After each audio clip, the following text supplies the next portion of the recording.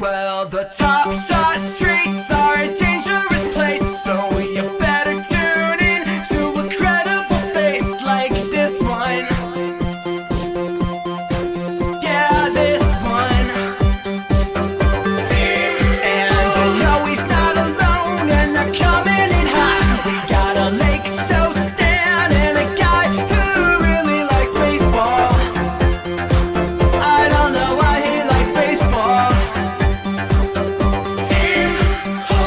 We got legs and a guy in a bear suit.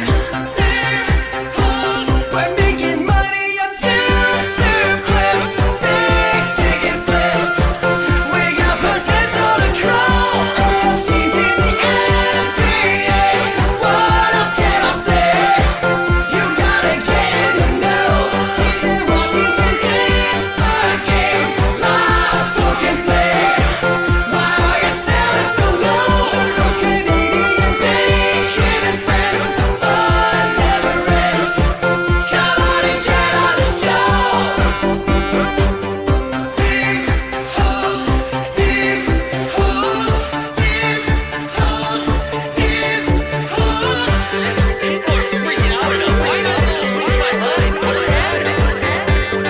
This is not financial advice. All right. Good morning, everyone. Ooh, look, I realized I didn't change the banner here. It still says live before lock. Let's switch that in real time. Ooh, wow.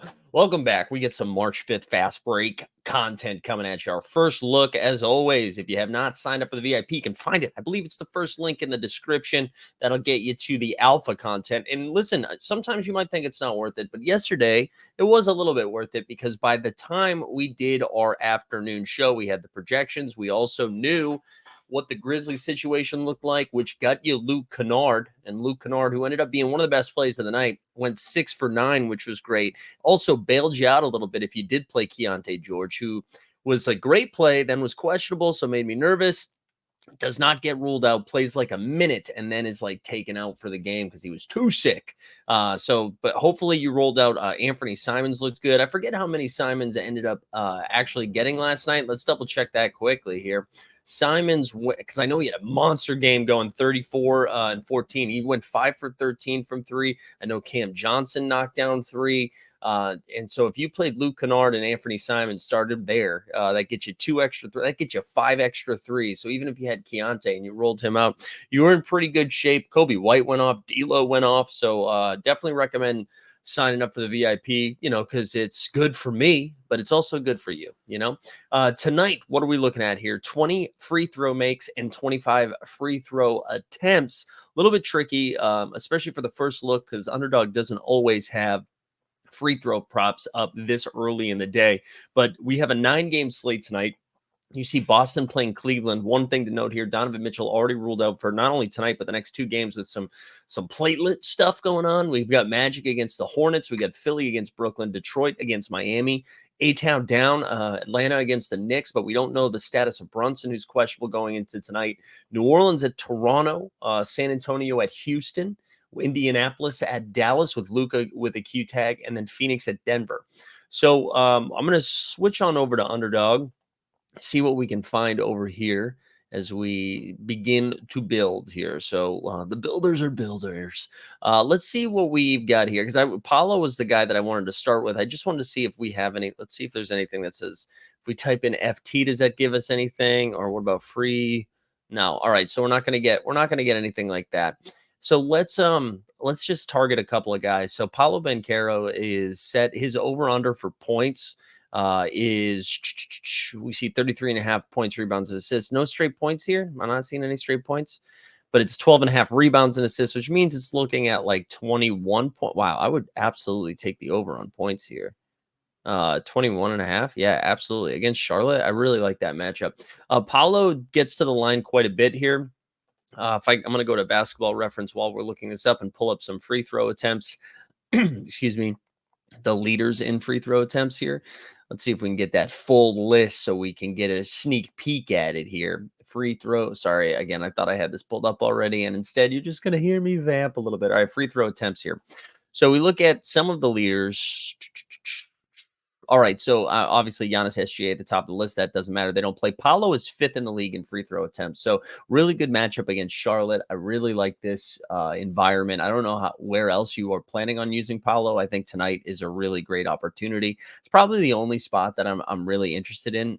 You could talk yourself into Franz if you needed to do it, but I think on a 9-game slate, 18 teams playing, we can probably find another spot besides Franz. So we're going to keep moving here. Bridges, I'm not super interested in. 21.5 points is fine. Orlando's kind of got a stout defense, and I'm not sure.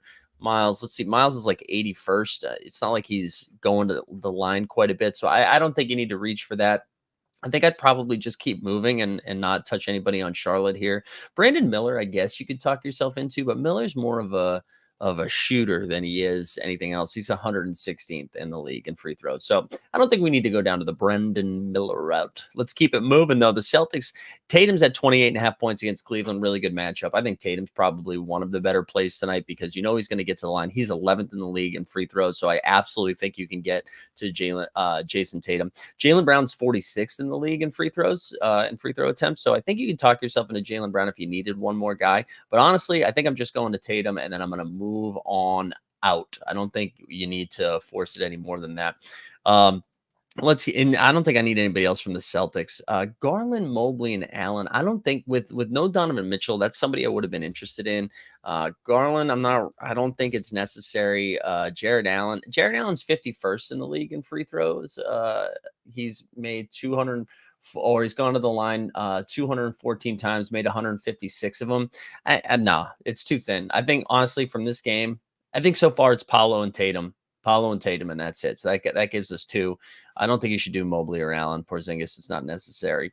Brunson, I think, is fine if he's good to go. And I mean, luckily, this is one of the earlier games. So Brunson's right behind Tatum in free throw attempts this year. We should have this information at 7:30, right? So it's early enough that you can pivot off them if you need to. So I think I'd probably play Brunson in here right now. That's giving you 3 of the top 11 guys in the league in free throw attempts. And then hopefully, because what do we need? We need basically people to go 4 for 5 from the line, right? We need 25 attempts and 4 makes. So you play Brunson, Tatum, and Paolo. I feel like you're cruising here. On the Hawks side of things, I'm kind of interested in DeJounte Murray. But now that I'm looking at it, it's probably a little too thin. Let's see if we can find some better plays and we can come back to DeJounte. We can put him in the tier 2.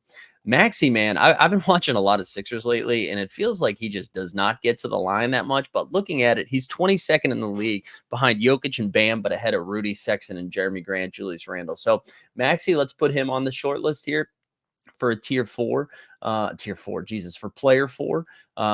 So we can throw him in there. The Nets, I'm not touching. I don't trust the Nets on a back-to-back. They make me very uncomfortable. They are a tough watch. Brandon Ingram, though, I do think should be in consideration. He's 31st in the league. So I do like Brandon Ingram. And Zion is 17th in the league. Wow, that's actually interesting. I thought Brandon Ingram was going to be a better play, but it appears Zion is actually the way to go. Also, I really like this matchup against Toronto. This should be fast and furious. Should be a lot of points in here. So I think you could make a case for either Zion or Brandon Ingram. Probably staying away from CJ. I was curious though, right? So the Raptors are without Scotty Barnes. They're without, I think they might be without Jakob Poeltl. Let's look up at RJ Barrett's 42nd in the league right now. So I think RJ and say 42nd in the league, but he's going to be doing much more of the offense. So I kind of am into that. Emmanuel Quickly 66 in the league. So if you're like, man, I'm playing a couple of these studs that should get me well over 5 free throw attempts, and you want to like kind of preserve, say, somebody like Jokic or Kevin Durant, which we'll get to soon.